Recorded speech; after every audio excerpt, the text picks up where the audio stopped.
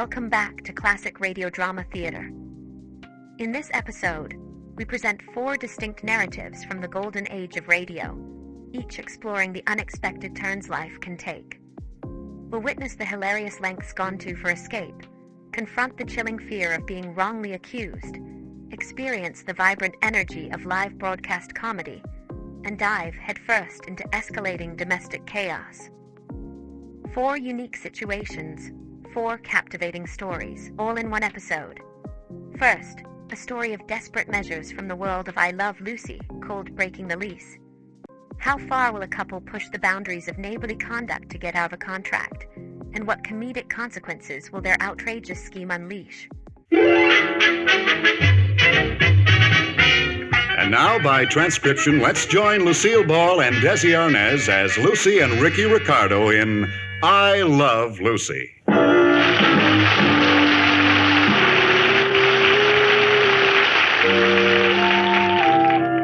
Hello, I'm Ricky Ricardo, and I'm the guy who loves Lucy.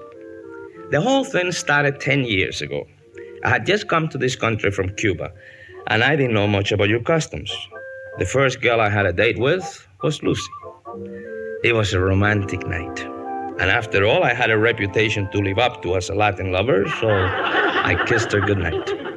It was right then that she told me that under the Constitution of the United States, if a man kisses a girl, he has to marry her. By the time I found out she tricked me, I didn't care. Because after all, if I hadn't married her, I would have married someone else. And Lucy's just like any other American girl who is pretty, charming, witty, and partly insane. She's always doing such crazy things. Take the other night, for instance. I came home about midnight from the Tropicana. That's the nightclub where I work. Now, some wives would be fast asleep in bed, but not Lucy. She invited our landlord, Fred Merce, and his wife, Ethel, who live on the floor below us, to come over for a little jam session. So naturally, being something of a singer myself, I joined in.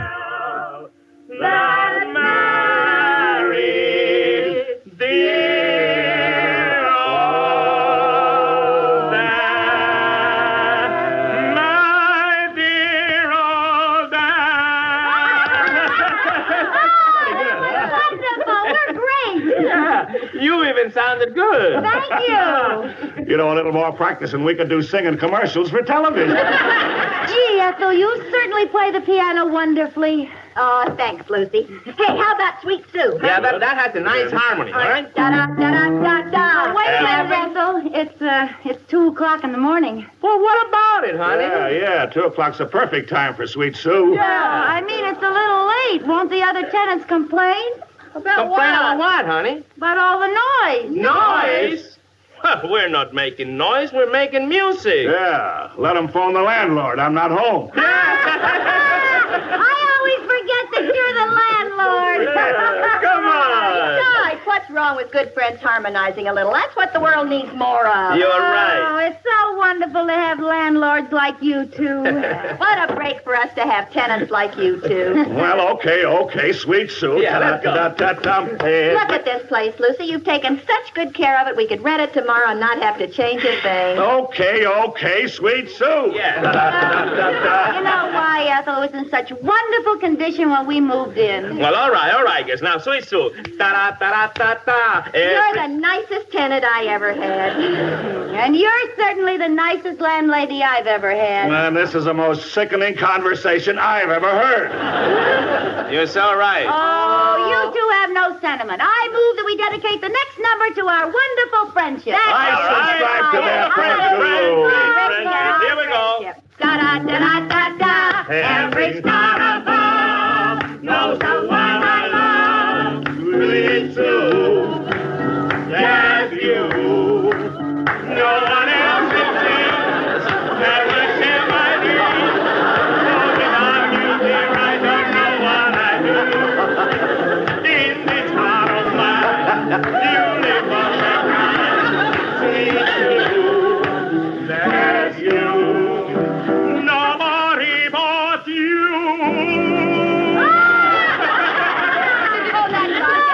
Yeah, we gotta get out of here. You gotta go. Thank you. too. Thanks for everything, Rick. We've Well, I'm enjoyed glad you came out, Fred. See you in the morning. Good. Goodbye, Al. You cut that out. Good night. Good night.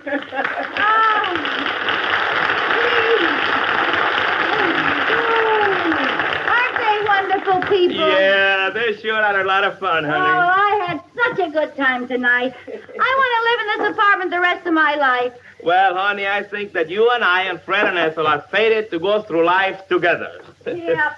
Hey, look. Ethel left her rings here. Oh, yeah. You know, honey, she's absolutely right. People ought to do more singing in this world. That's right, honey. Every star above knows the one I love. Sweet Sue, just you. No one else it seems ever shared my dreams. And without you here, I don't know what I do. What was that? I don't know. Come on, let's go. In this heart of mine. You live. That sounded like it came from the Mertz apartment. Oh, no, honey, it couldn't be. No, I guess not. You live on that. Sweet Which was you? Hello? Hello, Lucy. Hi, Ethel. What's on your mind? What's going on up there anyway? Oh, we're singing Sweet Sue. Want to come up for another chorus? Do you know what time it is? How do you expect anybody to get to sleep? Why, Ethel, what's the matter? You thought it was fine when you were up here. Well, I'm down here now, and I think it's lousy.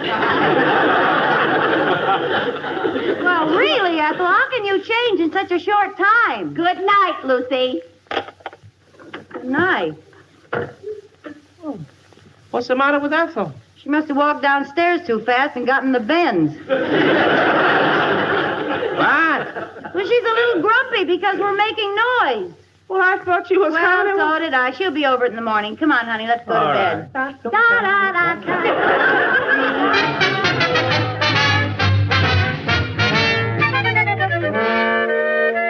Lucy and I decided to ignore the Mercer's phone call and get ready for bed. Now, this should be a fairly simple thing to do, but not with Lucy and me. We always argue about the temperature of the bedroom. Lucy, who is part polar bear, likes lots of fresh air. If she had her way, we could rent the bedroom out as a deep freeze. Now, like every normal person, I like to sleep in a room with the windows closed and the heat turned as high as it will go. You know, warm and cozy. As usual, the battle of the bloodstream began. Lucy put the window up. I put the window down.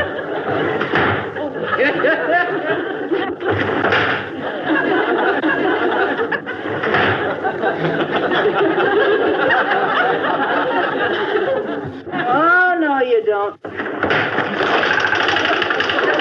Now, what do you want me to do? A little fresh air isn't going to hurt you, you hothouse plant. Hello?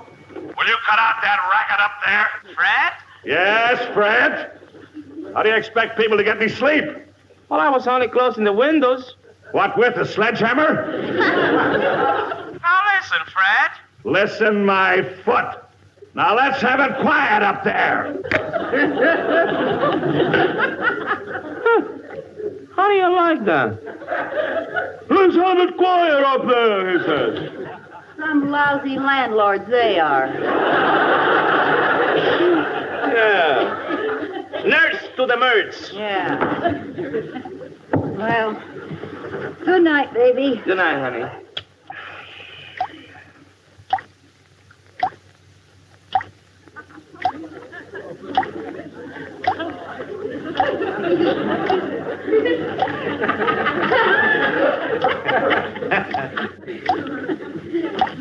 Oh, no.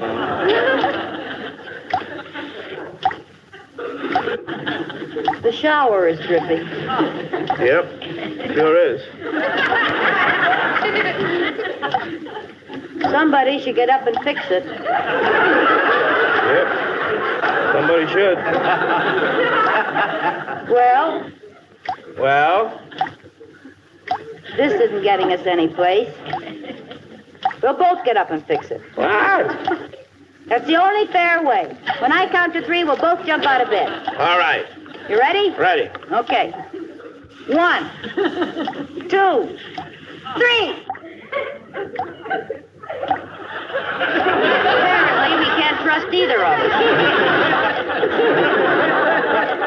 Apparently. Well, as far as I'm concerned, that shower can drip all night. I just don't care. I won't pay any attention to it. All right, neither will I. All right. All right.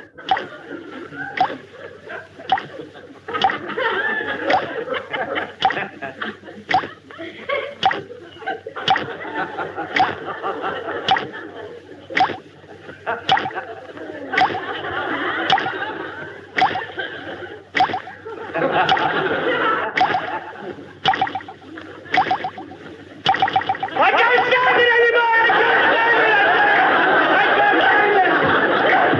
I can't stand it! What are you doing? I can't lock it up! I can't lock it! I'm going to use a wrench!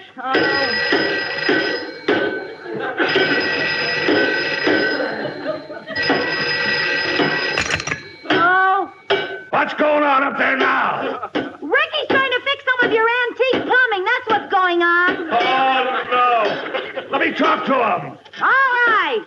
Fred wants to talk to you. Yes, the minute! Yes, the minute!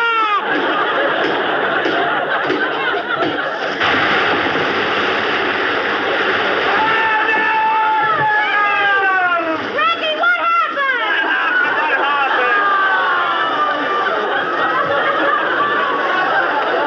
The pipe broke, that's what happened! Honey, you're all wet. Give me that phone. Hello! Listen, lunkhead. Stop pounding on those pipes. Listen, you old poop, why don't you put some decent plumbing in this fireplace? We will as soon as we get some decent tenants. Yeah! Well, maybe you like us to move. That'll suit me fine. All right, that's settled. So we're moving.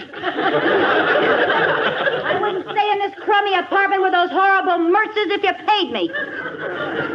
Hello. Hello. I'd like to speak to Mrs. Mertz. Hello. Whoever told you you could play the piano?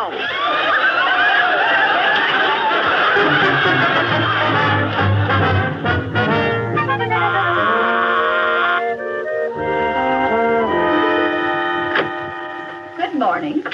I hate to bother you, Mrs. Ricardo, but I believe I left my diamond rings on your piano last night. Yes, you did, Mrs. Mertz. I'd be very happy to get them for you. Oh, don't bother. I'll get them, if they're still there. I don't know why you should worry. You can always buy another box of Cracker Jack. I'll have you know these are real diamonds. Mrs. Ricardo, would you be so kind as to inform me just when we are to be deprived of your charming company? Very shortly. Good. Thank you. My, it'll certainly be nice getting away from such disagreeable people. It certainly will. Would you like to give me the check for the next 5 months' rent now? Of course, I'd be delighted. What do you mean, the next 5 months' rent?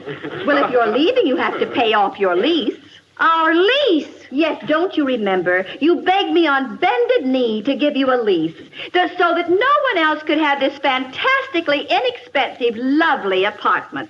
Oh, you mean that one-sided, unfair, binding contract that we were forced to sign before you would grant us the privilege of moving into this broken-down hovel? Broken down is right.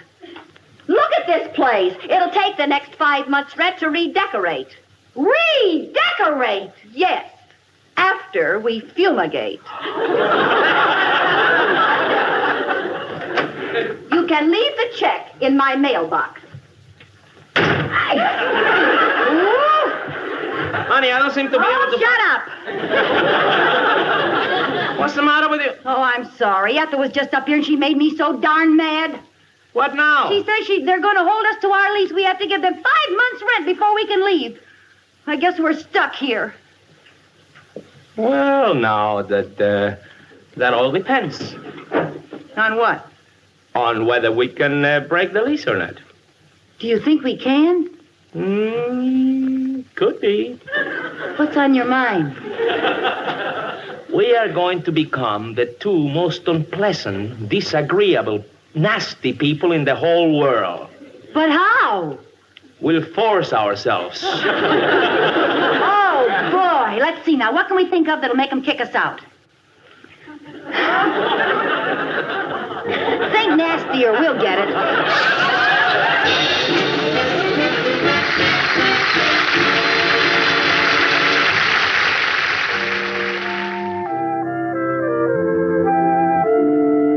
Well, after we decided to try and break our lease, Lucy and I spent the whole morning thinking of ways to annoy the Mercers.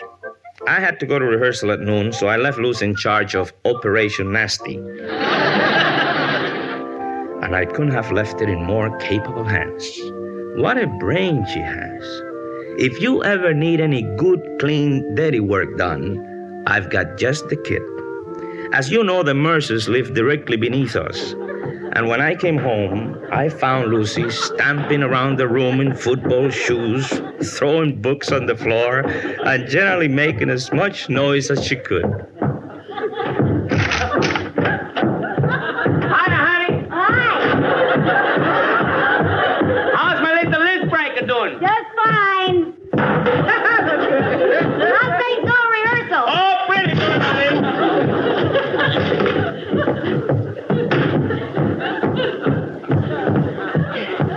Look, a riveter's hammer. Watch.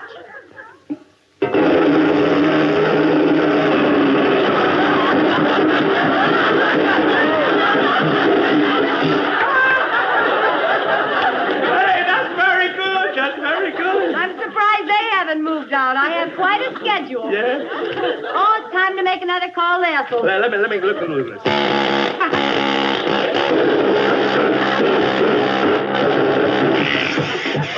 Hey, What happened? get this. Yeah?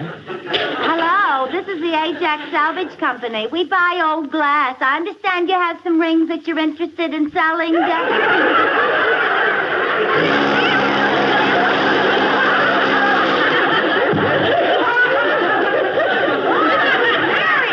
Oh, am I glad I'm on your side. We'll break that lease yet. Now, remember, when you come home tonight, make a lot of noise. Oh, that reminds me, I won't be home till late tonight, honey. Why? Well, we have to rehearse for a couple of hours after the club closes. Ricky, why don't you have the rehearsal here? Honey, are you crazy? I got a 16-piece band. I'll blow the roof off the joint. Well, doesn't look like rain. I'll do it. I'll do it.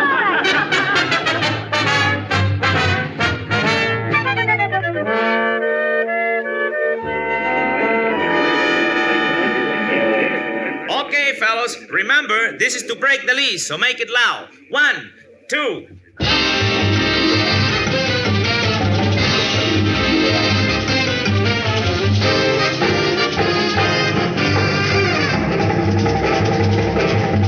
Acumba, cumba, cumba, cumbanchero, banchero. A bongo, bongo, bongo, bongo, cero, cero. Riquiti que va sonando el cumbanchero, bongo, cero que se va, bongo, cero que se va.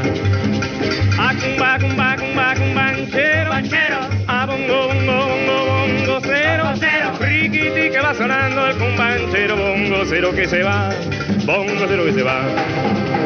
Y suena así el tambor, riquiti. Bum, bum, bum, bum, ba. Y vuelve a repicar, bum, bum, bum, bum, ba. Acumba, cumba, cumba, cumbanchero, cero. A bongo, bongo, bongo, bongo, cero, cero. Riquiti que va sonando el cumbanchero, bongo, cero que se va, bongo, cero que se va. ¡Eh! ¡Ah!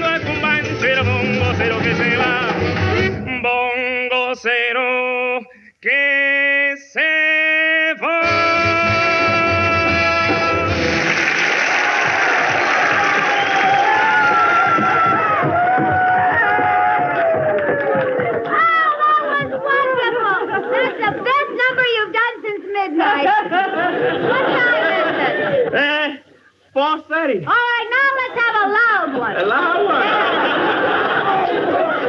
All right. Listen, I wonder how Fred and Ethel are enjoying it. Well, they have a lot of courage. I haven't heard a peep out of them. Oh, boy, this is swell.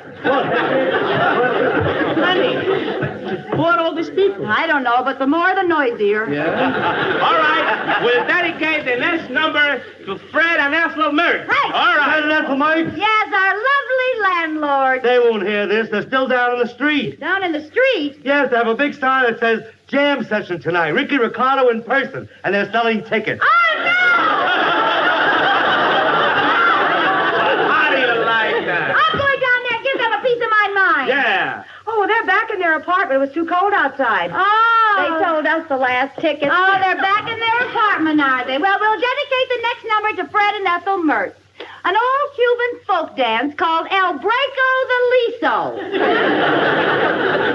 El Breako de Liso? Yes. How does this old Cuban folk dance go? Ta-dum, ta-dum, ta-dum, ta-da-da-da-da. Oh, la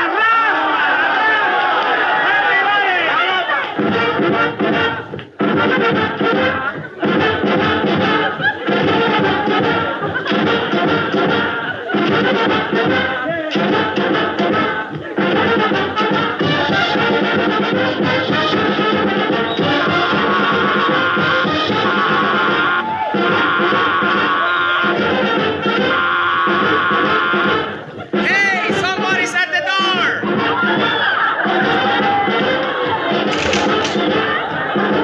Well, Fred and Ethel, come in, come in! The party's just getting good!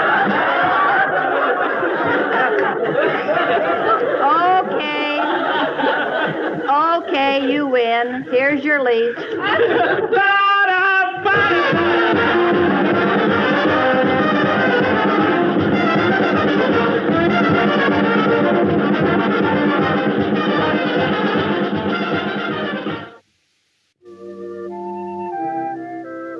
Well, the next few days we spent packing. Finally, on Saturday morning, I put the last dish in the last barrel, and Lucy took the pictures off the wall. We were ready to leave the Mercer's apartment house forever. Is that all, honey? I think so. It'll certainly be good to get out of this joint, won't it? Yeah, do you tell Ethel we'll be moving today?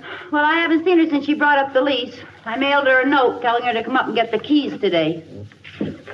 What shall I do about this? What is it? There's a picture of us and Fred and Ethel taken on Atlantic City last summer. Oh, We sure had a lot of fun there, didn't we? yeah. What shall I do, throw it away? Oh, no, I better pack it. Huh? Well, we can always cut them out with the scissors. What are all these things here? Oh, there's some things I borrowed from Ethel. She has a lot of my things, too, if she hasn't sold them. You know, I got a lot of tools that belong to Fred. Some of them we bought together. What shall I do about those? I don't know. Gee, it's amazing we could have been such good friends with a couple of stinkers. Yeah. We sure had a lot of fun in the last 9 years. Until they show their true colors. Yeah. Well, that just shows you how sneaky they are. Yeah. Hey, honey, you want some paper for that? Come in, please. Oh, these are yours. Oh, thanks.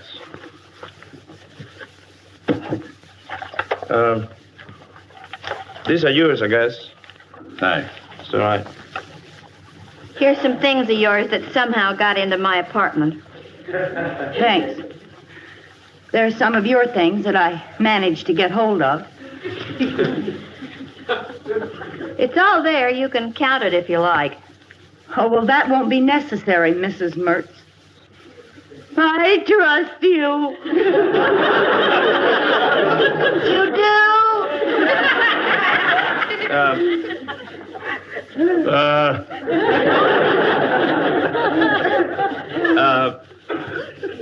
Look, Fred, it doesn't matter to me, you know. But for some crazy reason or other, I think Lucy wants to stay. Don't you, Lucy? Well, it doesn't matter to me either, but it's up to Ethel. What do you say, honey?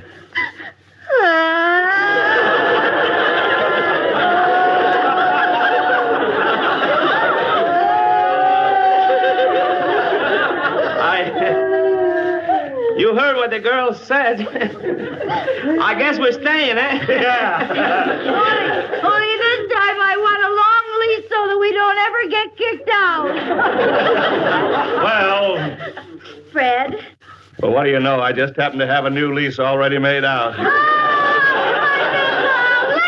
me up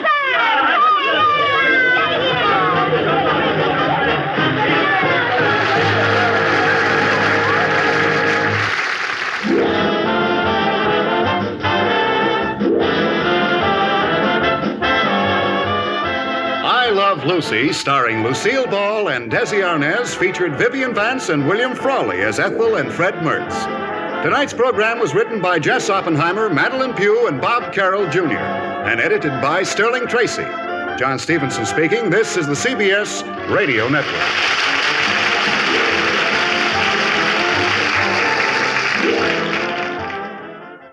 From comedic rebellion, we shift to the heart-pounding tension of suspense. In The Red-Headed Woman, a woman's frantic escape collides with the description of a dangerous criminal. When appearances align with guilt, can innocence survive the encounter?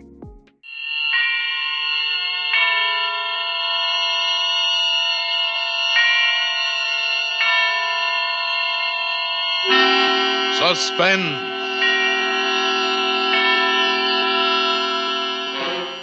And now, with The Red-Headed Woman, and with the performance of Desi Arnaz and Lucille Ball, Autolite hopes once again to keep you in suspense.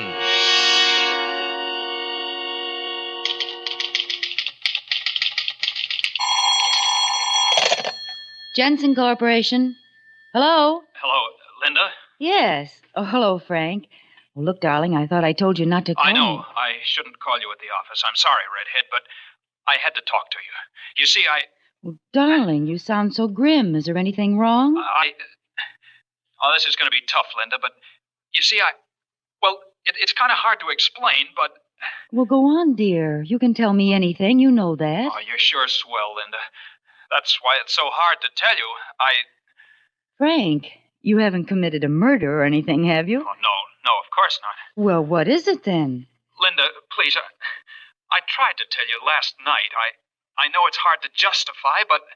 But what? Frank, you've met someone else, is that it? Yes, Linda. I'm sorry. Oh, it's quite all right. Is she blonde or brunette? Oh, honestly, honey, Linda, I couldn't help it. It was one of these things. It just happens. Sometimes things do. Well, you don't have to explain, Frank. I'll send your ring back this afternoon. I hope it fits her. Good luck.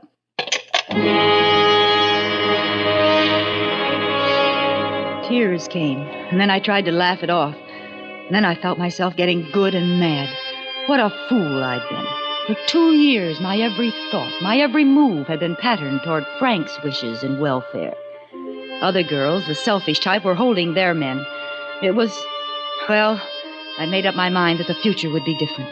From that minute on, I'd think of myself first, last, and always. Suddenly, I wanted to get away, do things, have beautiful clothes, money, especially money. I suppose it's a kind of independence any woman wants to grab for in a moment like that, when she's found out you can't depend on a man. Good morning, Linda. Oh, good morning, Mr. Jensen. Feeling all right? Of course. Why shouldn't I? Well, I don't know. You just seemed a little despondent. No, I'm fine. Good. Oh, will you put this away for me? What? Payroll money? Well, it's only the 5th, isn't it? I'm going to Florida for a couple of weeks, Linda. Oh. I drew the payroll money today because I'm leaving tomorrow. Oh, that sounds wonderful. Yes, doesn't it? I've been thinking about it for years. Say, why don't you take a few days off while I'm gone, Linda? What? Oh. Why don't you, Linda? It's a good idea. Certainly I won't be needing you. Well, I could come in on the 14th and handle the payroll. Oh, you needn't bother. I can get Walters. Well, he's pretty busy, Mr. Jensen. I'll come back and handle it. I'll just be in the country somewhere close by. Thank you, Mr. Jensen. Looking back, I suppose I thought of stealing the payroll right then. I must have, for a few minutes after Mr. Jensen left, I visualized how easy it would be. Only he and I had the combination to the safe. He'd be far away in Florida for 2 whole weeks. I could leave the next day. I could have at least 10 days before anyone could find out anything was wrong. I thought about Frank and that brush-off he'd given me. How easily I might forget him in new surroundings. Well, when I closed the office that evening, I took the envelope with $21,000 in bills and stuffed it into my handbag. Then, I don't know why, I took the gun Mr. Jensen always kept in the safe.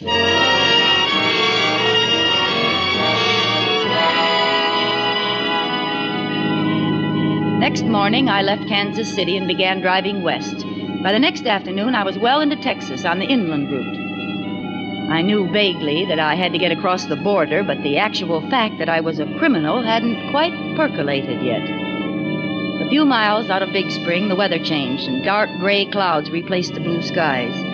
Then I came to a roadblock, and I had to detour. It was a winding, makeshift road of dirt that stretched on and on for miles. I hated going so slow, but there wasn't anything I could do about it, so I switched on the radio and tried to feel comfortable and forget what I had done. Then a few drops of rain splashed against the windshield, and I hoped that I'd make the main highway before it really let loose. It was then that I heard the announcement. This afternoon, in one of the most daring daylight holdups in Texas history, the 7th Bank of Abilene was robbed of $40,000. As far as is known, only 2 persons participated. A tall, dark-complexioned young man wearing a light gray suit and hat, and an attractive, red-haired woman dressed in a green suit.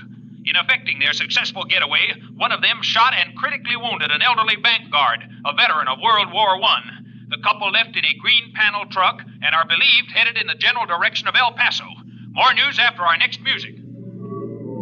Well, these were worse criminals than I was by far, and they'd made a getaway. I shut off the radio. To my right, black letters loomed suddenly against the yellow background of a sign. Midland, Odessa, Pecos. I slowed down to 30, rounding a series of blind curves. Coming around the last one, I saw a man standing in the middle of the road. I jammed down my brakes to keep from hitting him. He started walking toward me. I'm very sorry to bother you this way, but my car is out of gas, and I was wondering, could you perhaps let me siphon a little from your tank? Well, sorry, but I'm low myself. Oh, please, don't be like that. I've been waiting here for hours. You're the first car I've seen. I would just take a little. Well, I can't. Honestly, All right. Then perhaps you would be so kind as to give me a little lift to the next gas station? Well... Oh, come on now. Don't you believe in the good neighbor policy? Well, all right. Get in. Thanks a lot. We'll find a gas station right on here someplace. I won't even take you out of your way. Oh, that's all right. I'm going in the general direction of El Paso? El Paso. It all came together suddenly. The radio announcement and this man who was just sitting down beside me. He fitted perfectly. Dark complexioned, light gray suit. I glanced at the car parked by the side of the road. Yes, it was a green panel truck. Well, senorita? Look, I'm terribly sorry, but I don't think I can take you after all. You see, Oh, now, please. I have been marooned here for 2 hours. It's very important that I get to Pecos in the next 2 hours. Oh, and where are you going after that? Me? I'm going to travel all over. After Pecos, I'm going to beat it down to Juarez. That's across the border. From there, we're going... Yeah, that's what I thought. Look, I would like to pay you for helping me. He drew a sheaf of new bills from his pocket and dropped a fresh 20 into my lap. I opened my handbag and my fingers closed around Mr. Jensen's gun. He looked down at it. Hey, what? I said I've changed my mind. Okay. If that's the way you feel. I don't argue with a girl who's got a gun. I didn't even wait for him to close the door. I let out the clutch, stepped on the gas, and got away fast. When I finally reached the highway, I speeded up still more. I'd had a bad scare. I wanted to talk to someone about anything and forget that man. Maybe that was why I was so relieved when I came to the little town of Pecos and saw the carnival a short distance ahead, and why I stopped to look at it. Even from the car, the bright lights and the people and the carousel, gaily painted horses going round and round made me feel less lonely. I wanted to get out and mingle with the people and drink some pink lemonade and buy a red candied apple. Go in one of the midway tents and see Tortoro, the sword swallower, and Lopez, the ventriloquist. But instead, I ate a hot dog in the car and bought a silver ashtray from a little Indian girl. Then a sudden burst of thunder reminded me of the approaching storm. I started the car and left the carnival behind me. afterwards, it began to rain. Then a cloudburst hit. 15 minutes later, I spotted an auto court. As I came to a stop, a gray, mustached man in a rubber hat and raincoat came out to meet me. Hello there. Hello, how far to El Paso, please? Not planning to go there tonight, are you? Well, you never make it. A lot of bad spots in the road. I know because in rainy nights I always pick up a lot of money pulling stalled cars out of the mud. Well, maybe I'd better spend the night here then, if you have a vacancy. I got more vacancies than anything else. I'll fix you up with the best cabin on the place. Used to live in it myself. Come on, I'll show you. It's number 3. Well, it sounds fine. Do you mind if I use your phone first? No, go ahead. Go ahead. There's a booth over there right next to the office. Thank you. I'll open your cabin door and leave the key on the dresser. You can put your car in the shed there. I was going to phone the El Paso police and tell them where I'd last seen the man answering the description of the Abilene bank robber. I dialed and waited for her to answer.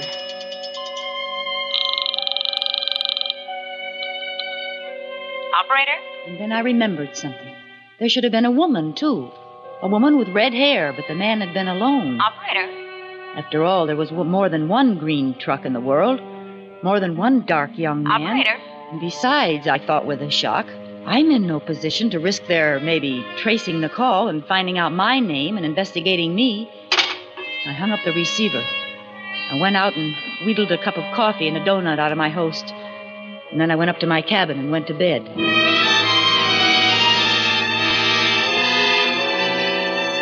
I woke up about 10 o'clock. A car had driven up and stopped right outside my window. The headlights were shining in. When I got up to pull down the shade, I saw the car. It was the green panel truck I'd seen on the road, and this time a woman was in the front seat. Then the proprietor and the other man came out of the cabin next to mine. All right. I lowered my shade and then listened to them. I'll wait till the storm is over, and then I'll go on to El Paso. Is it all right if I leave my truck out here? Sure. There's a garage in back if you want to use it. No, thanks. I'll just park it here near to the door. I heard him enter his cabin. I locked my door and sat down on the bed. It was very quiet next door. Finally, I guess I must have dozed off. But then, all of a sudden, I was awake again. Voices, a man's and a woman's, were coming from the cabin next door.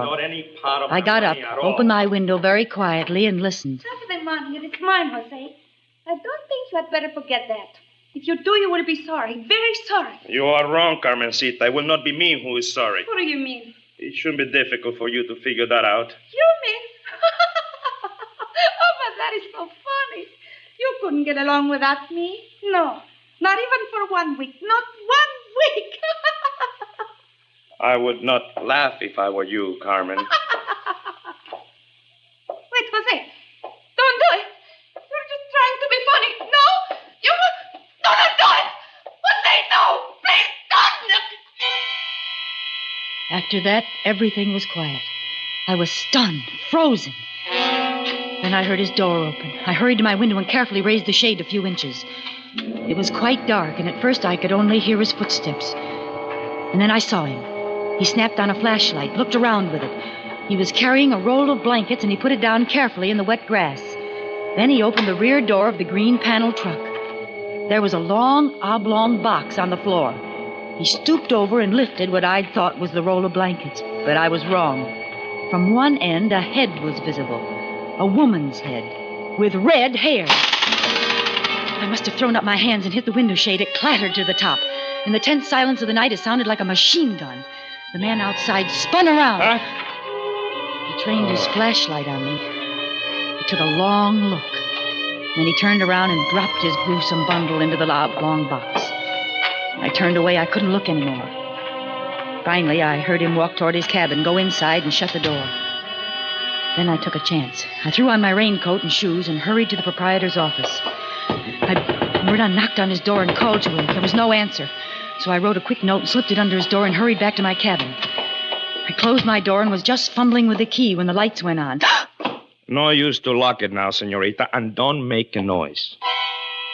He was sitting in a chair, smiling, casually pointing a gun at me. My gun that I'd foolishly left on the dresser.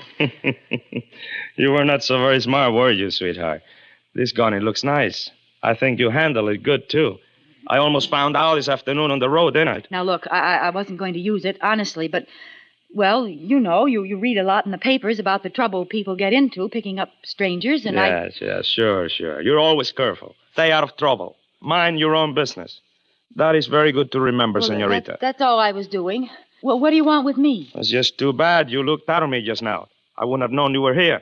I didn't mean to spy on you. I was awake, and when I heard a noise outside, I looked out, that's all. That was natural, wasn't it? Maybe, but it didn't turn out so good for you, did it? Come on now, we're getting out of here, and you are coming with me. But where are we going? Just places, senorita, just places. Come on now. Well, what do you want with me? You don't want me. Don't want you? Why, I'm crazy for you. I've been looking for you. I've been looking for somebody just like you.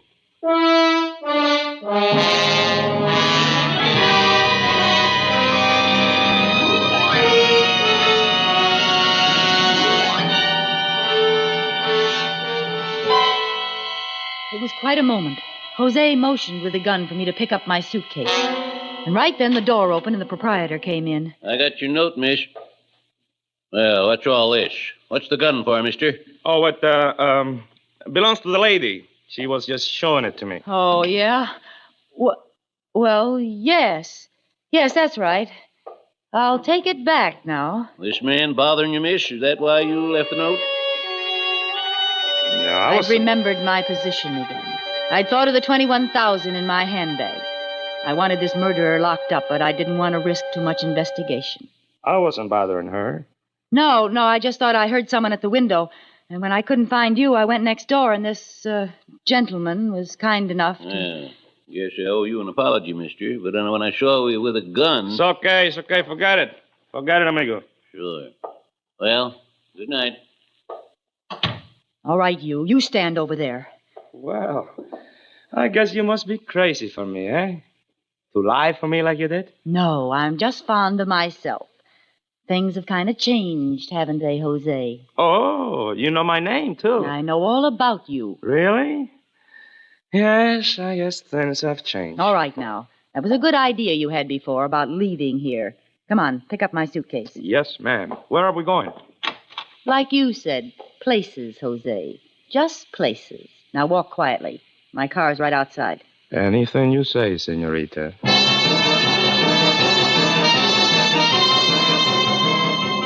He drove while I held the gun. After we'd gone about 5 miles, we came to a side road. I told him to turn. It's a pretty deserted neighborhood, no? Yes. Please tell me, where are we going? Oh, you're not going very far. You know, I wish you didn't make me leave my truck back there. Oh, you're worried about what's in that pile of blankets, huh? Yes, that's right. Somebody might find her. Senorita, please. Not a chance. Oh, look, now, why don't we talk this thing over? I think maybe we could. I'm not buying a thing. Well, I certainly hope you know what you're doing. Uh-oh.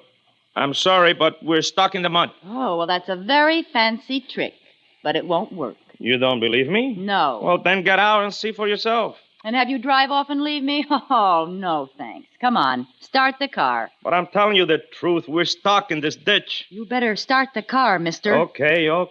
Anything you say.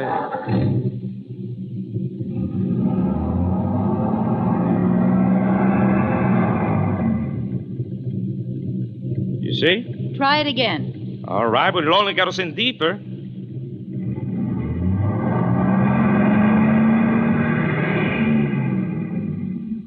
Well, what do we do next?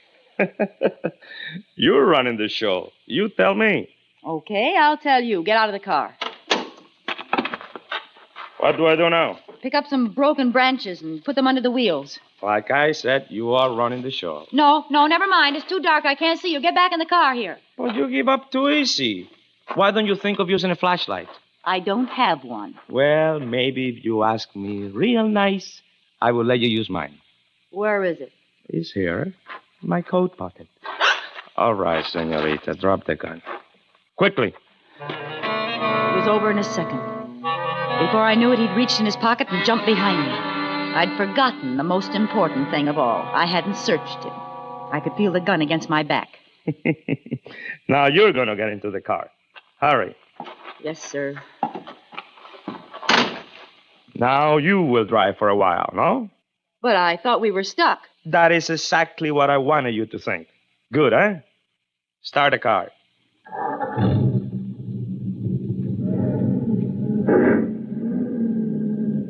You know, senorita, you should have searched me before we started. Yes, I've already figured that out. Yeah. But this whole thing is kind of new to me. Oh, come on. Let's quit the kidding. You know, I think you would have been very surprised if you would have searched me. You know why? Nothing would surprise me. Oh, I think so. Because you wouldn't have found any gun. Only this. A flashlight. It feels very much like a gun against your back, doesn't it? Especially when you're very frightened. Look, let me go. I swear I'll never bother you again. You won't bother me. Not where you're going. You won't bother anyone. Drive a little faster, please. I drove for several miles without saying a word. Then I took a chance. I speeded up to 60, then jammed the brake to the floor. Oh!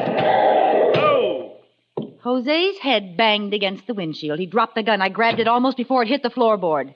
Now, out again, Mr. Finnegan. We're going to change seats. Oh, my head. That was very smart, baby. Very smart. Almost as good as your flashlight gun trick, hmm? It's better. Your trick wins. Oh, well. What goes now? We're heading straight into El Paso Police Department. But, baby, you can't do that. Why can't I? Because it's too foolish. And the senorita is not a fool. No, the senorita isn't. That's why you're driving straight to El Paso and the police. Yes, ma'am. Whatever you say. I certainly hope you know what you're doing. You know, the senorita has learned a lot in the last few hours. Drive carefully. He shrugged his shoulders and settled back behind the wheel. I decided I'd been needlessly concerned about the police. After all, no one knew I had the $21,000 in my handbag. No one even knew it was missing. When I handed the police the man they were looking for, they wouldn't bother about me. They would accept my statement that I was just a secretary on my way to Mexico for a vacation. As we entered the outskirts of El Paso, I switched on the radio and settled back to enjoy it. And now our Texas roundup of the latest Texas news. Texans who expect quick and speedy action when it comes to lawbreakers in our state won't be disappointed when they hear the outcome of the bank holdup and killing of a guard in Abilene 2 days ago. What? What's that? Be quiet, Culprits, listen. Manuel Milani, a non-Texan, and Betty Murphy, a red-haired Californian, were apprehended today in Big Spring, only 61 hours after their spectacular holdup of the 7th Bank of Abilene. Both freely confessed to the crime. The bravery of our Texas... Hey, wait a minute. You wait a minute. Stop the car. Now, I don't believe it. Neither do I. You don't? All right, then. Who was it you killed? Me? I didn't kill anybody. Oh, stop it. It was your accomplice. I heard the argument, and then you killed her, and then you... Oh, you're crazy. What do you mean I'm crazy? Right this minute, there's a red-haired woman dead in the back of your truck. What? Oh. Oh, boy, that's a good one. You know, you're right. You did hear an argument, and you did see me put a red-haired woman in the trunk. She was dead. Yes, that's right. She has been dead all her life. She's... The argument, as you say you heard, went something like this. Half of the money? It is mine, Jose. I don't think you had better forget that. If you do, you will be sorry, very sorry. You are wrong, Carmencita. I will not be me that is sorry.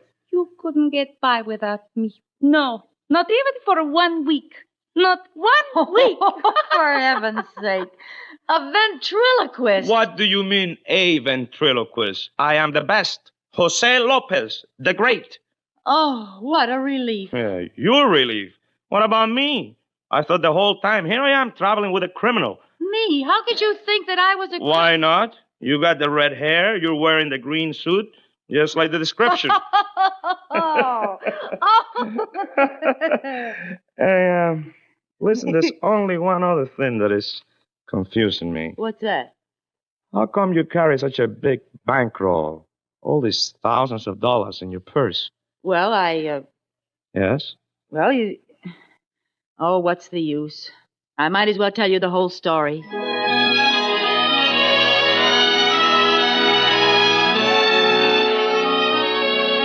And you know, I found myself doing it. And Jose explained to me how silly I'd been to ever try such a thing. And then it struck us that it was still only the 13th of the month. So we drove back to Kansas City together. I put the money back and the payroll went off just like it always does.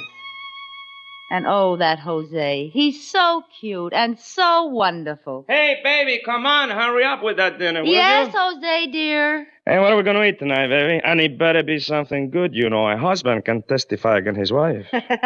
Same as usual, amigo, baby. Enchiladas with tacos and hot sauce. Yum, and yum, chili yum. with tamales.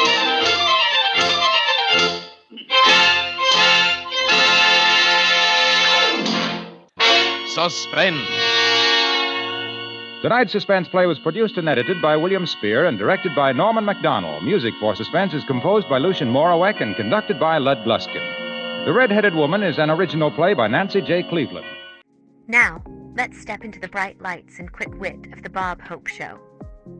Experience the signature blend of topical humor, star appearances including Lucille Ball, songs from vocalist Lou Ann Hogan, and music led by bandleader Daisy Arnaz. For the safety of your smile, use Pepsodent twice a day. See your dentist twice a year. Tonight, from the home of Ken Murray's Blackouts, the El Capitan Theater, Hollywood, California, we bring you the Pepsodent Show starring Bob Hope and his special guest, Lucille Ball.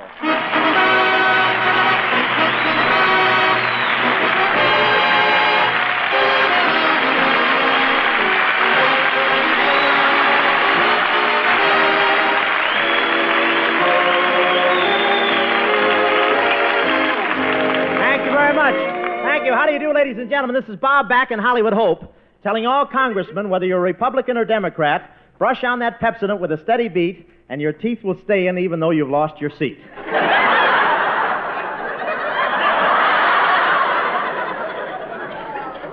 Well, here we are back in Hollywood. It's easy to get home from the east now. You just go to Washington and catch the Missouri-bound bus. But it's great to be back, and I want to tell you, I love making tours. I feel so much safer with four wheels under me. Here in Hollywood, it's the other way around.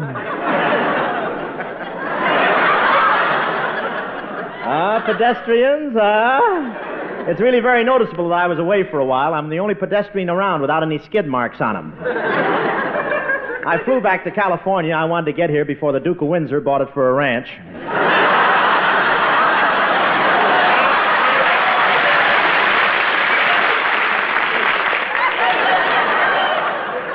Just wants to buy something solid that the thieves can't pick up and walk away with, you know? But it was great getting back, and I never realized how much I owe to the people of California till I saw all my creditors at the airport. I was met at the airport by a brass band. Well, it wasn't exactly a brass band. A Girl Scout with braces on her teeth came up and smiled.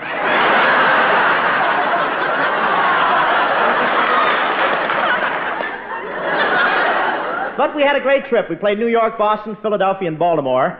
I tried playing Washington, but I was thrown out with the rest of them. Yes, sir, you could tell Baltimore's right next to Washington. All night the moving vans were passing through. I watched all night, but the piano didn't go by.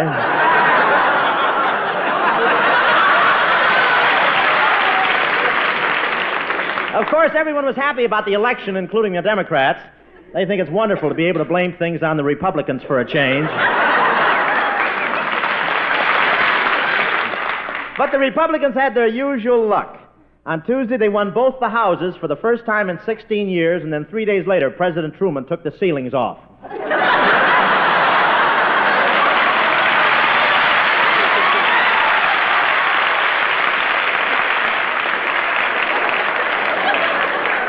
Naturally, my biggest thrill was visiting New York. I took a suite at the Waldorf, but the man at the candy counter made me put it back. I won't tell you where they put me at the Waldorf, but Kilroy had been there ahead of me.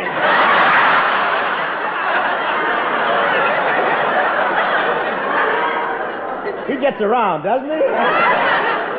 Really, I went east to find a publisher for my new book, So This Is Peace. Of course, there are a lot of publishers out here, but they all knew how to read. My book is a big hit in the East. All the stores are selling it for $1 a copy. Autographed copy, 75 cents. I dropped I thought I had something there, really. Looks like a condensed version of the egg and I right there.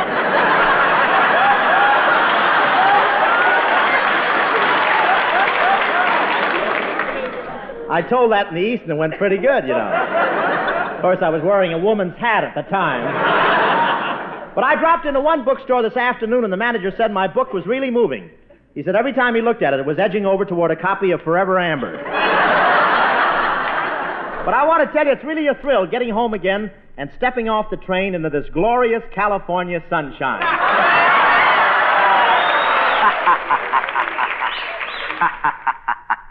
Deep, wasn't it? It's my conscience. Well, I still say the weather's great here. What are you going to say when television comes in? Well, you can heckle all you want, Conch, but I still say this California weather is fine. Yeah, for ducks. That's an old joke. You're an old duck.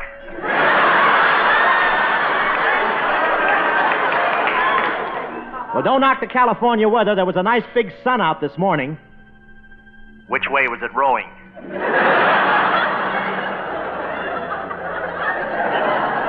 Listen, Conch, this is a great climate. The oranges like it. And I like it. Okay. The oranges like it and the lemons like it, too. Well, what's wrong with rain anyway? You afraid of a little water? That's silly. How could I be afraid of water after living here in your brain all these years? Well, listen, Conscience. Listen, Conscience, if you don't like it here, why don't you go someplace where it's warmer? I will, just as soon as you kick off.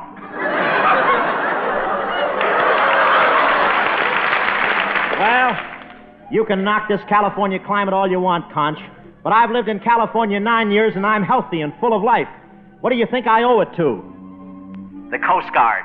Well, happy swimming. Goodbye.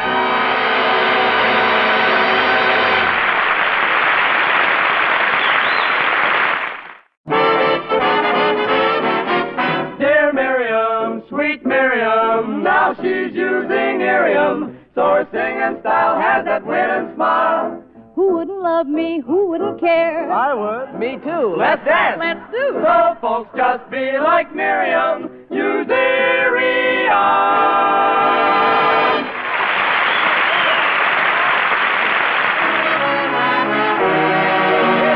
Ladies and gentlemen, from 20th Century Fox, Miss Luann Hogan. Come in, Luann.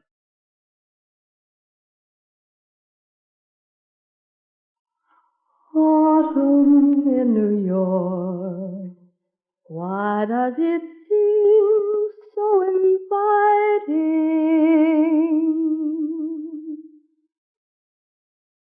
Autumn in New York, it spells the thrill of first nighting.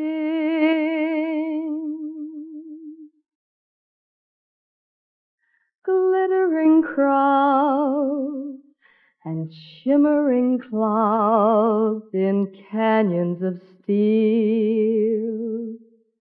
They're making me feel I'm home. It's autumn in New York that brings the promise of new love.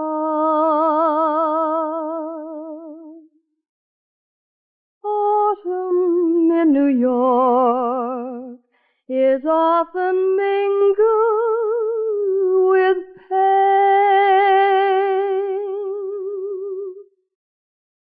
Dreamers with empty hands may sigh for exotic lands.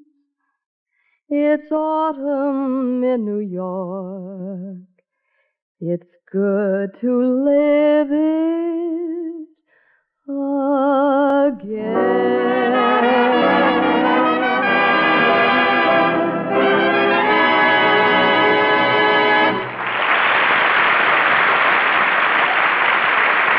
Well, fine, Luann. We could have stood a little more more of that.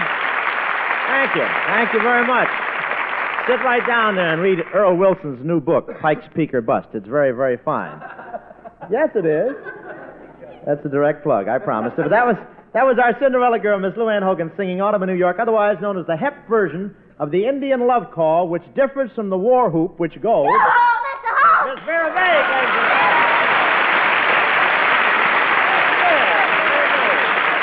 Yes, sir. How are you, Miss Vague? Oh, just fine. Miss Vera Vague, a woman of distinction. Well, Mr. Hope, a man of... Well, part of the word fits you anyway. It's all right.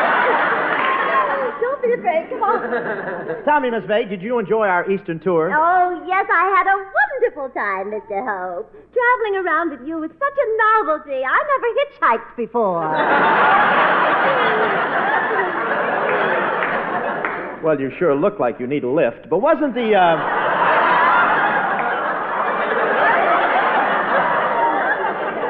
Say, wasn't the weather back there wonderful this time of year, Miss Vague? Did you see Jack Frost in the trees? See him? I spent 2 hours trying to coax him down. Oh, but the trip did wonders for me, Mr. Hope. You know, I think I gained a little weight. When I got back, my California suit was too small. Oh, really? Was it too tight across the shoulders? Well, to avoid embarrassment, I'll settle for that. I see, yeah, and it'll help keep us on the air, too. But I want to tell you, it was a swell tour, and that was a pretty nice way to finish it, too, seeing the Army-Notre Dame game, huh? Oh, it was wonderful. How did you make out with the cadets? The Army boys? Uh-huh. Oh, they cheered like crazy when they saw me. Yes, I know. They couldn't find their regular mascot, you know.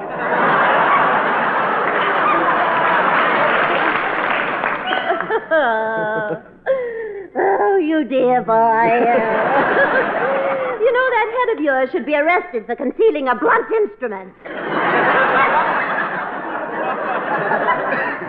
But I was thrilled at the game. Mr. Hope. Really? I was next to a West Point cadet, and we sat under a big robe. You sat under a big robe? Yes. You enjoyed the game, huh? Oh, I loved it. Did you? By the way, who won?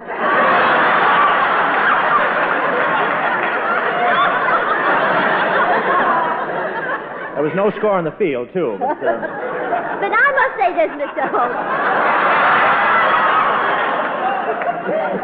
Football is the silliest game I ever saw. Why, Miss Vague, what are you talking about? It's the most popular sport in America. I don't care how popular it is. I still say it's silly when a man is penalized for holding. Wait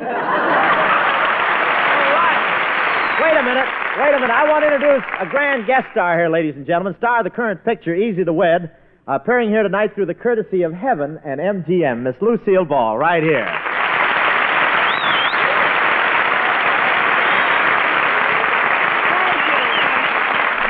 Thanks, everybody. And before we go any further, Bob, I want to thank you for that wonderful introduction. If we weren't in front of an audience, I'd give you a great big kiss. Everybody out. Everybody out. Home, everybody. Go. Take your boats and go.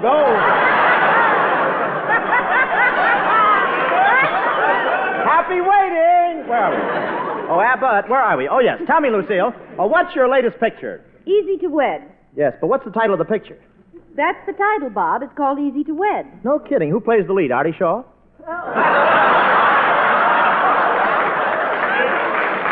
Yes, sir. Artie Shaw, that 5-time winner. Oh. Well, anyway, they'll make a good combination, forever amber and forever eager.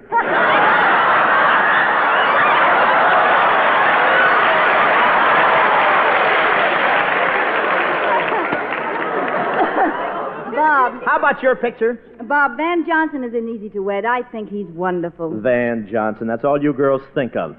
Is there anything else? I don't know. You must be kidding. I've got everything he's got. Yes, Bob, but he's got Van in front.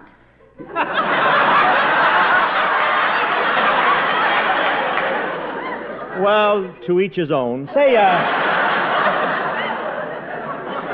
I don't think he's too many. Why, at Paramount, they're always trying to give me the Van Johnson type of parts. Well, grab 'em, boy. You could use a few parts. What do you mean? That Johnson hasn't got anything but a cowlick. I had a cowlick once, too. Yes, Bob, I heard about your romance with Elsie. Let him lay, Lucille. Don't milk him. Don't milk him.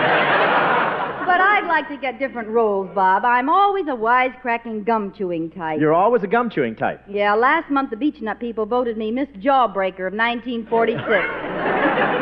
Well, speaking of jawbreakers, Lucille, you should meet Miss Vague. Miss Vague, this is Lucille Ball, the glamorous, gorgeous movie star. Oh, really? I just think of her as Lucille Ball, period. What a coincidence. I think of you as Vera Vague, question mark. Oh, now, steady now. Miss Ball, huh? That's right, Ball. Well, I wouldn't worry about it, dear. I've been bounced around a bit myself. Miss Vague, don't you mean dribbled?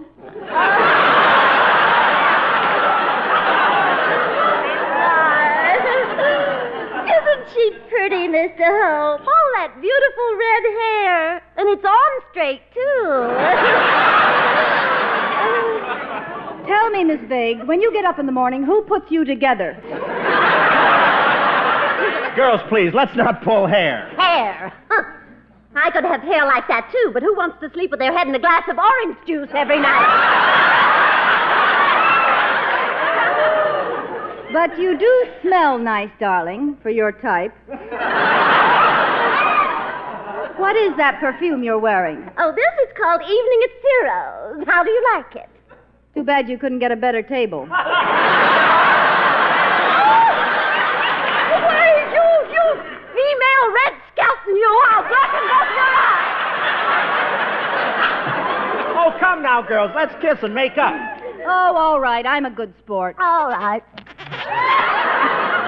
Bob, you're not supposed to be in this. Don't be silly. All the delegates are supposed to join in at the peace conference, don't you think? Thank you, Lucille, and thank you very much. Here comes my son, Desi Arnaz.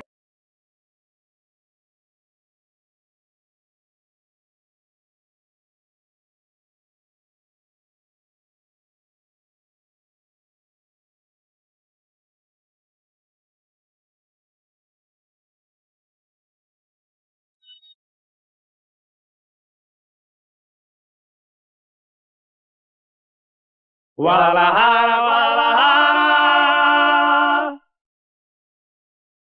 Guadalajara, Guadalajara.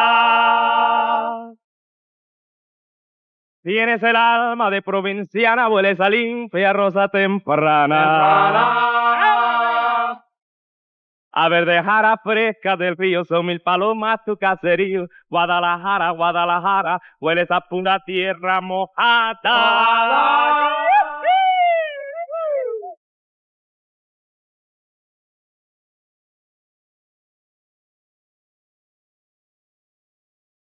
Ah, colomitos lejanos.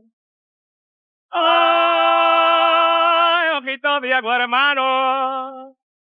Hay colomitos inolvidables, inolvidables, como las tardes en que la lluvia desde la loma nos hacía hasta Zapupa. ¡Ámate! ¡Ay, ay, ay!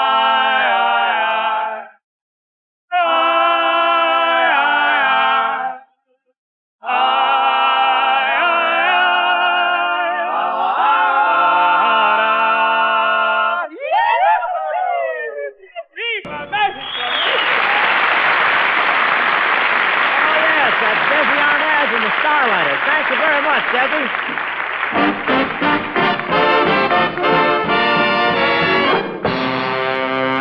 And now, folks, this is November, crisp, cold November, the month of football, the great American sport. And why is football such a great game? Because all the boys want to do is fight and die for dear old Winsocki. As one sub sent in to score a touchdown, he rises from the bench, turns to the coach, and with trembling lips he says, "Have that $100 waiting in the end zone." We take you now to Pepsin University, where the football team is getting ready for its annual game with the Bloomer Girls of Elastic Normal. The Bloomer Girls are undefeated and have the best backfield in the country. As we look in, the Pepsin football coach is talking to his men. All right, fellas. This is it. Yes, this is it. This is what, Coach? Don't confuse me. This is my first season. This game is going to be tough, fellas. We're playing the Bloomer Girls. They got a great team this year. The Bloomer girls have a great team? Yes, but I think we can win by pulling a few strings. I hear they play a rough game, Coach. Yes, but you boys have nothing to worry about. Last night I set bear traps all over the field. But, Coach, won't we get hurt? Don't be silly. You're not bears. Any questions? Well, this play throws me, Coach. According to this diagram, the fullback fakes the ball to the halfback and passes it to Desi, the quarterback, who takes it through right guard past my end and laterals it to the tackle who skirts down the sidelines with the quarterback and halfback as interference. Pardon? I said... Too late. The game's over. Well, forget it, Hope. I got to play the can't miss. It's the hidden ball trick. Well, who carries the ball? I don't wear this mustache for nothing. Now, here's the lineup for the game. Hope, quarterback. Yep. Niles, left half. Right. Arnaz, right half. Right. And a new Studebaker at fullback. Kelowna, a new Studebaker at fullback? Yes, think how confused they'll be trying to figure out whether it's going forward or backward.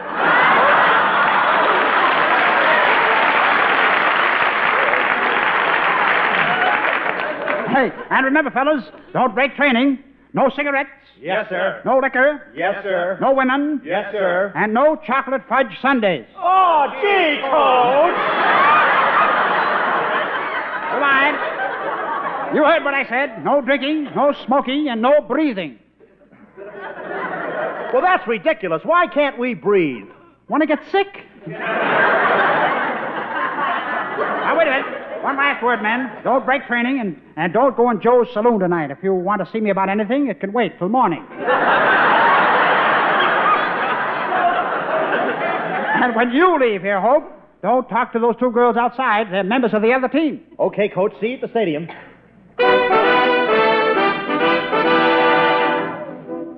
I'm getting tired of waiting, too, Vera, but if we have to keep Bob Hope, the star halfback, out of the game today. Oh, yes, I know. Here, wait a minute. Here he comes now, Lucille. And he's got a football. Just look at the way he handles that football. Oh, you haven't seen anything yet. Just wait till he blows it up. Here he comes, Lucille.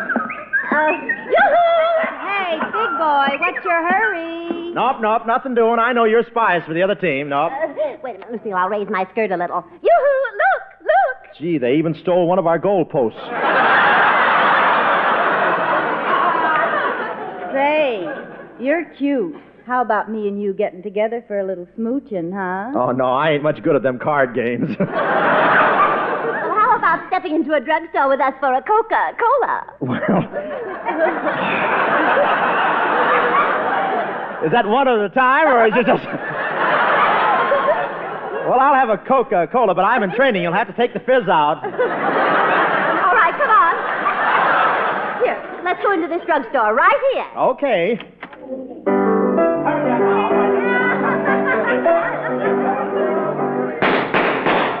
They have loud Alka-Seltzers in here, don't they? Boy, this must be a thrifty drugstore. Everybody's tight.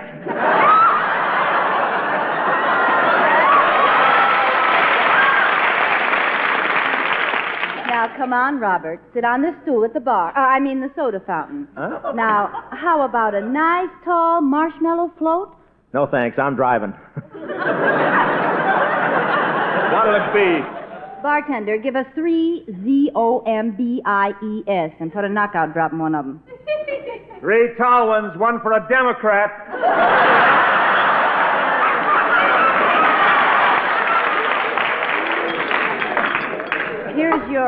Here's your marshmallow float, Robert. Marshmallow float? This doesn't look like a marshmallow float. There's swamp grass growing out of it. Drink it for me, Robert. For you? Mm-hmm. Okay, Red.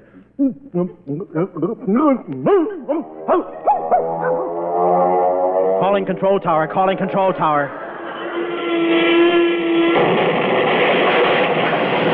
Oh!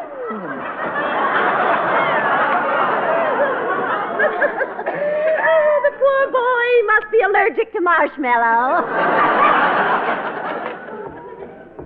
Good work, girls. You got him out of the game. Now I can win my bets on the Bloomer girls. Coach Kelowna, you're behind this, you crook. You'll go to jail. Just think. What will your mother say to you if you go to jail? Hello. Kelowna, you're going to be a ruined man. This is sure to leak out. Oh. Plugged up that leak in a hurry, didn't I? So long, Second. We got to get to the stadium. The game is starting.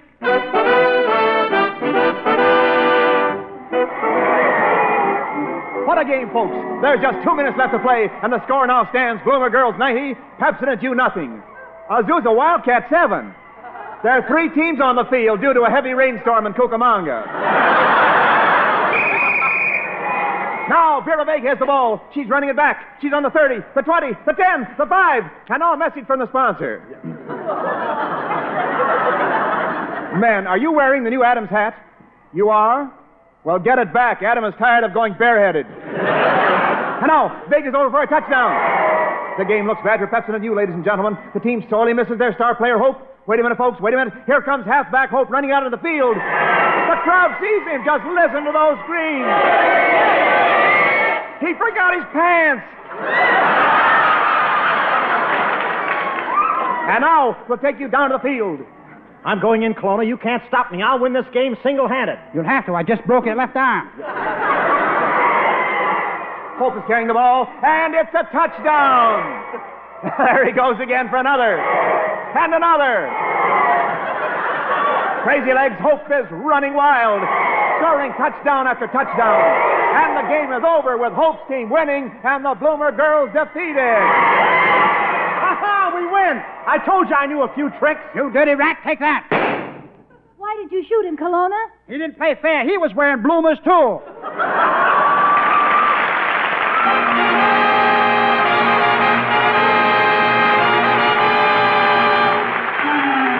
All thanks for the memory. Thank you. That's enough of that. Thanks very much. I got the cue. Thanks very much, Lucille Ball and Luann Hogan, for a lot of nice help. It was great. Well, sir, like that fellow named Joe who just got back from the vaudeville show, we're just back from a month in the East. Saturday afternoon, we saw the Notre Dame Army game, and Sunday we headed home in one of those big planes that dart from New York to Los Angeles like a hummingbird between 2 roses. For most of the trip, I had my nose to the window, looking down at the great job Mother Nature and Uncle Sam have turned out. You know, Mother Nature sure did right by Uncle Sam. She set aside plenty of room and opportunity for every American. By giving every American a fair share of the room and an equal crack at the opportunity regardless of nationality or religion, well, that's a job for human nature. Good night. This is NBC, the National Broadcasting Company. And for our final story, we return to domestic comedy with the Phil Harris-Alice Faye Show. What begins with the engagement ring quickly goes down the drain, literally. How much mayhem can stem from one small, misplaced object and 2 well-intentioned but clumsy individuals? Good health to all from Rexall.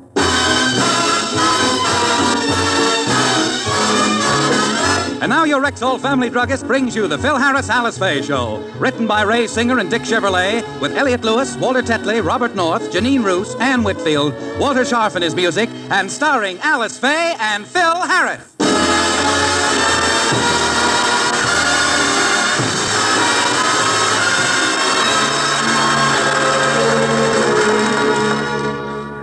This morning, there was a little excitement in the Harris household. Alice and Phil were in the kitchen just finishing breakfast when an excited William burst in on them. Alice, it's so exciting, I don't know how to tell you. It's got me all aflutter. Well, calm down, Willie. Take it easy. Yeah, simmer down, Books. You're getting your glasses all steamed up. Now, take it easy. What's with you? I have wonderful news. Romance has come into my life. I'm going to become engaged. Oh, now, Willie, isn't it rather sudden? I never expected this. I did. I knew it was going to happen when he caught the bouquet at Betty Sharp's wedding. Oh, William, I didn't even know you were going steady with a girl. Who is she? Miss O'Connor. She's my assistant in the bookkeeping department at Rexall. Philip met her. Phil? What does she look like? Like the kind of a girl who'd go out with a guy like Willie. She's a very attractive little Irish girl. Oh, Irish, is it? Faith, and what does little Colleen look like, Philip? Well, Makushla. Well, look, honey, she's kind of hard to describe. Do you know that song, A Little Bit of Heaven Fell From Out the Sky One Day Yes? Well, when it fell, it must have hit her right in the kisses.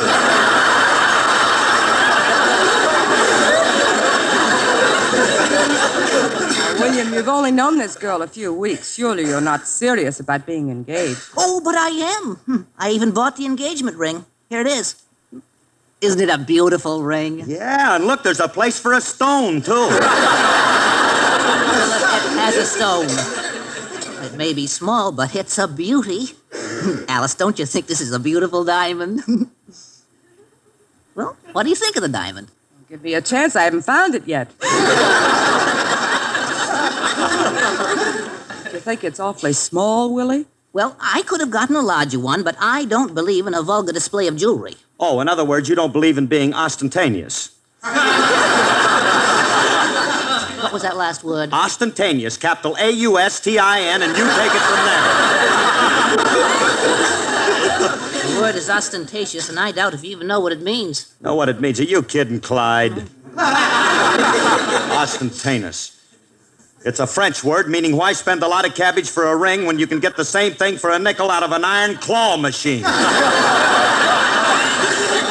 You know, William, I'd like to meet your girlfriend before you get engaged. Why don't you bring her over here tonight? Well, splendid, Alice. We'll announce our engagement from here. By the way, do you mind if I leave the ring with you for safekeeping? I paid $42.98 for it, and I don't want to lose it. You paid all of $42.98 for a diamond ring? My, what a horrendous price. Give it to me, Willie. I'll take care of it for you. Guard it with your life, Philip. Well, I'll run along now and see you tonight. Oh, to think that at last I have found romance. I'm just a vagabond lover. And I'm a dream girl, it seems. Oh, no. The Rudy Valley of Encino. Don't make fun of him, Phil. He's so happy about the whole thing. Gee, I hope nothing happens to break up his romance with Miss O'Connor. What if it does? Willie can get another girl. There are plenty of fish on the beach. You mean in the sea? On the beach. When he gets them, they're washed up.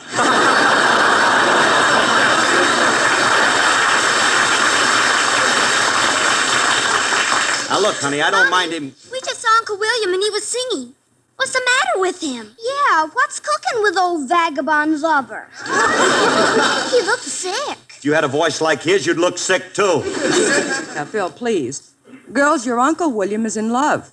He's going to get engaged to be married. What's engaged? It's the ether before the operation.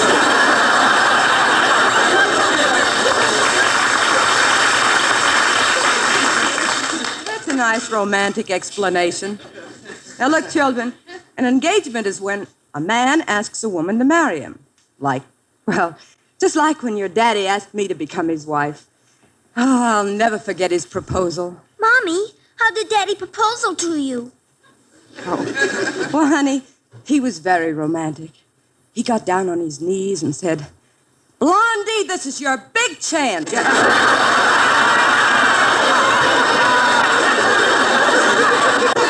I put the lug on you for $2 for a marriage license? Yeah, and your mother was smart enough to take advantage of a golden opportunity. Come along, girls. I want you to get ready for Sunday school. And Phil, please put Willie's ring away someplace. Okay, I'll put it away. Bet this thing's going to... Put away your ring someplace. I bet this thing's going to look awful silly on a girl's hand. I'm going to slip it on my finger just to see how silly it does look. Fine ring. How any guy'd have the nerve to give a ring like this to a girl... Hi, Curly. Oh. Hello, Frankie. Alice told me you were in the kitchen, and I were...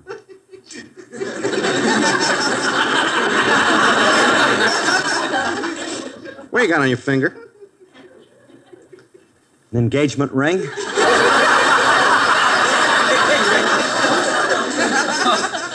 Oh. May I throw you a linen shower?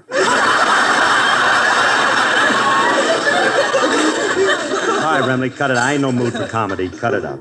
Wish somebody give me an engagement ring. I said cut it out. Always a bridesmaid, never a bride. Take it easy for a minute, will you? Mm-hmm. This is Willie's engagement ring, and I'm just holding it for him. Willie's getting engaged? Yeah. To what? To a girl. At least I think she is. She's got a girl's name. What's he want to get engaged for? That could lead to something incurable like marriage. And what's wrong with marriage? You don't even know what marriage is. Ah, but I do, my friend.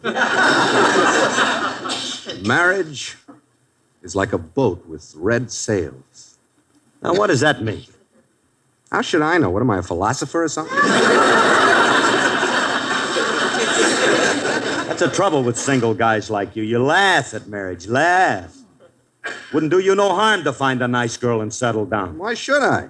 This way I can play the field and go out with a different girl every night. But, Remley, having a wife is a guaranteed investment for the future. Why buy an oil well when there's a gas station on every corner? I can't understand you. What's the matter with you, Remley? What are you thinking about? Wouldn't you like to settle down and have a family? Well, that I might like.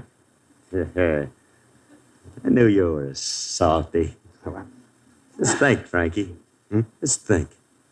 You get married, buy a nice home in the country, and after a year or two, you hear the patter of little feet running around the house. Just feet, no babies? I give up. Forget about it. Okay. Well, wait a minute. I better take Willie. Hey, Remley. Come on. That Willie's ring is stuck on my finger, and I can't get it off. Won't come off. What am I going to do? Guess you'll just have to marry Willie. I'll cut my finger off first.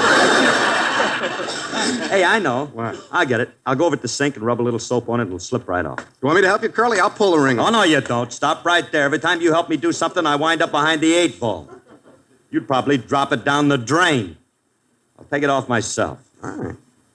Rub it a little. It's coming off. Mm-hmm. I'm getting it. Oh, no, down the drain. Oh. Took you 2 bounces to get it in. I could have done it in 1.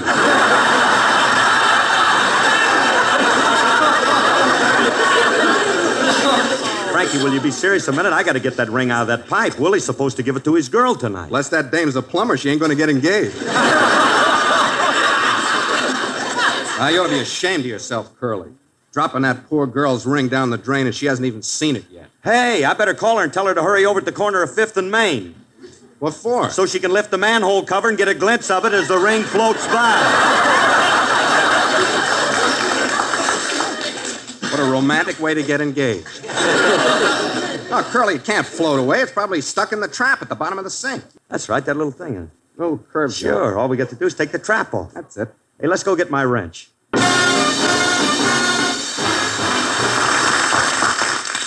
Now, shall we take the trap off? Okay, funny man. Just give me that wrench and I'll get out. Phil, did you put... What are you doing with that wrench? Well, I got to take the trap off of the sink.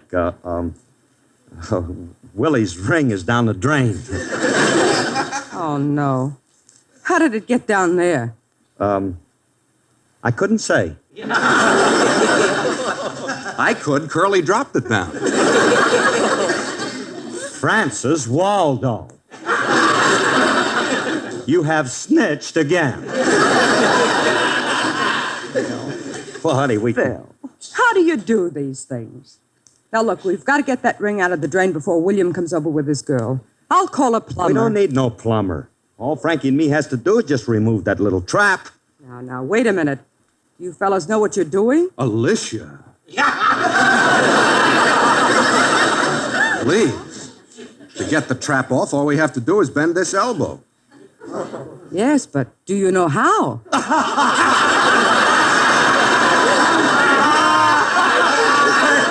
Hey, did you hear that, Frankie? Do we know how to bend an elbow? Alice, you're looking at 2 of the most experienced elbow benders in the... You know how? I don't know, I'm a little worried. Something tells me I shouldn't let you do this. But we have to get that ring back. Now go ahead, but be careful and don't get any water on my kitchen floor. Don't get any water on my kitchen floor. Don't get any water on my kitchen floor. Always happens. Nagging us, Curly. Her father's a policeman, I told her. Don't get any water on the kitchen floor. Nag, nag, nag, nag, nag. Sometimes I wonder why we ever married that woman.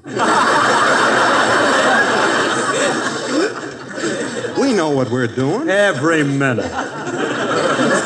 Now, come on, Remley, let's get at that pipe. Right. What's the matter? Hey, look under there. Let me see. There are 4 pipes under there. 4? Yeah. Which one do we take out, Remley? I don't know. Let's be on the safe side and take them all out. Hand me the hammer. I'll loosen them up. Here.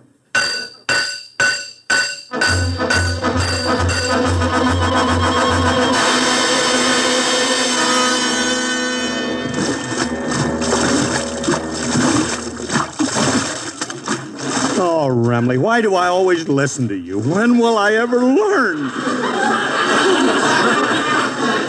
Stop sitting there beefing. Swim over here and help me.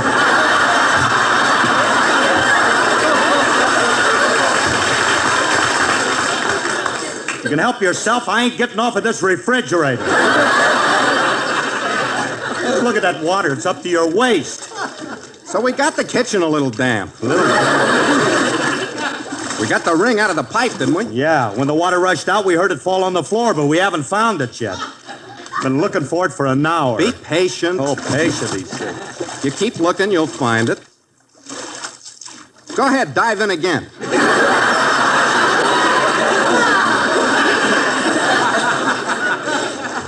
This time, try a jackknife. You get more depth. Look, will you cut out the clowning? I told you we got to find the ring. I got an idea. Let's open the door to the hole and let the water run out. Then we'll be able to find the ring. Oh, no, you don't. We're not going to flood the whole house. Don't touch that door. If anybody should open that door, they ain't no... Everybody, I'm putting the groceries. Hey, leave them out in the hall, Julius. Don't come in here. Don't open the door. Why not? What are you guys up to now? What are you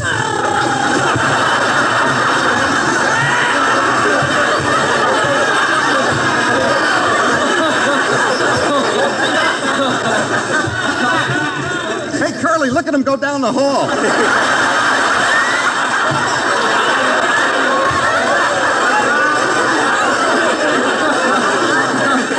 Yeah, he looks like a salmon swimming upstream. Help! Run for your lives, everybody! The dam's bursting! Go open the dike! Be quiet, will you? Do you want Alice to come down here? Be quiet, he says. They're trying to drown me and they want me to be quiet. What are you, a couple of wise guys or something? Well, we warned you not to open that door. How was I to know you got a reservoir in your kitchen? Next time I make a delivery here, I'm coming in a submarine. This house is the darndest place to...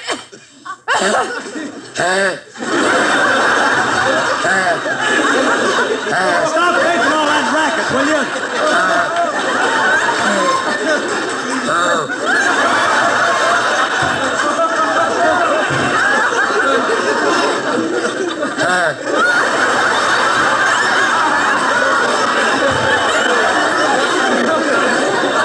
Hey, kid, you got some seal blood in you? I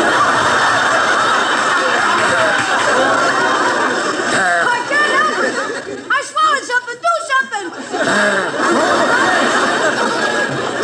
There's something stuck in my windpipe and it stopped up. Stopped up, huh? Yeah. Help me, you guys. Help me. All right, all right. Hand me that plunger, Curly. Plunger, if you put that thing over my mouth, I'll suffocate. That's right, that kid's right, Frankie. What do you want to do, asphyxiate him? You can't do that. If that pipe stopped up, there's only one thing to do. Here, Julius, drink this. What is it? Drano. Now, hurry, go ahead, drink it, kid. Now, drink it, bottoms up. No fun. Whatever it was that stuck in my throat, I just swallowed it. Well, then, good. Now, leave us alone, will you? We got to look for a ring. I've been looking, Curly. I looked all over the floor. I can't find it anywhere. Well, it must be here. We heard it drop. The floor just didn't open it up and swallow it. How could it get out of the...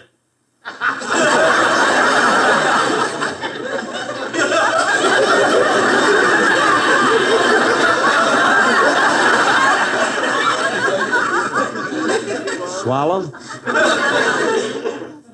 Say, seal face.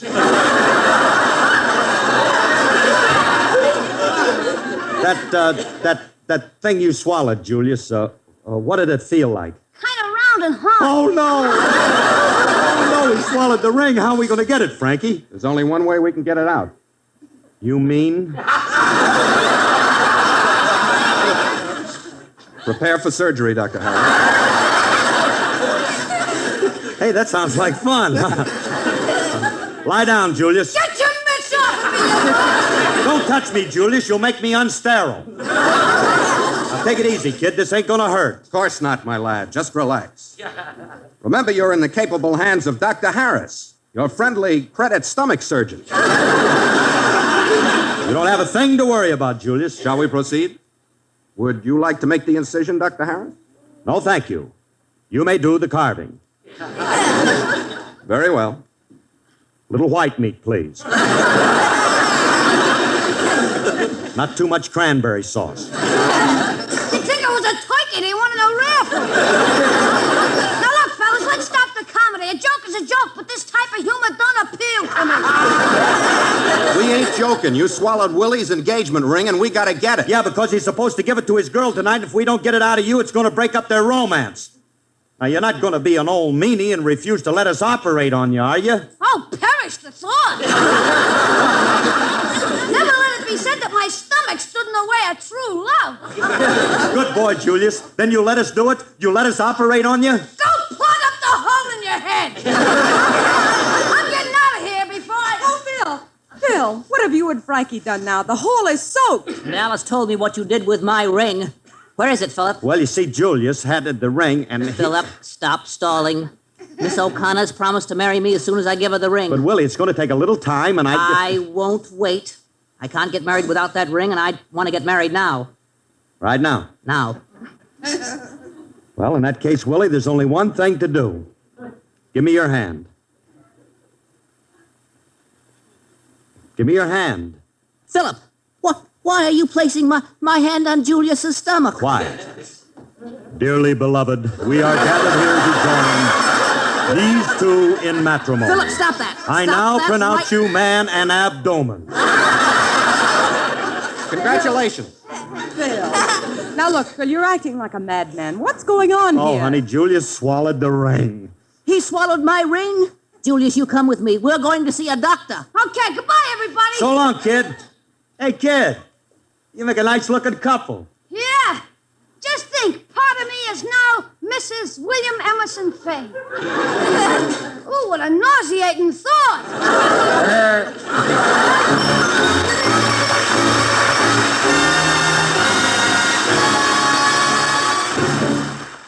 From calculated chaos and nail-biting encounters to star-studded stages and plumbing pitfalls, this episode of classic radio drama theater has offered a diverse slice of radio history. We hope you enjoyed journeying through these unique narratives. Which story captured your attention the most? Let us know in the comments below. And remember to subscribe and hit that notification bell to catch every installment of timeless radio drama. Until next time, remember, whether it's laughter or a gasp, the unexpected makes for unforgettable radio drama.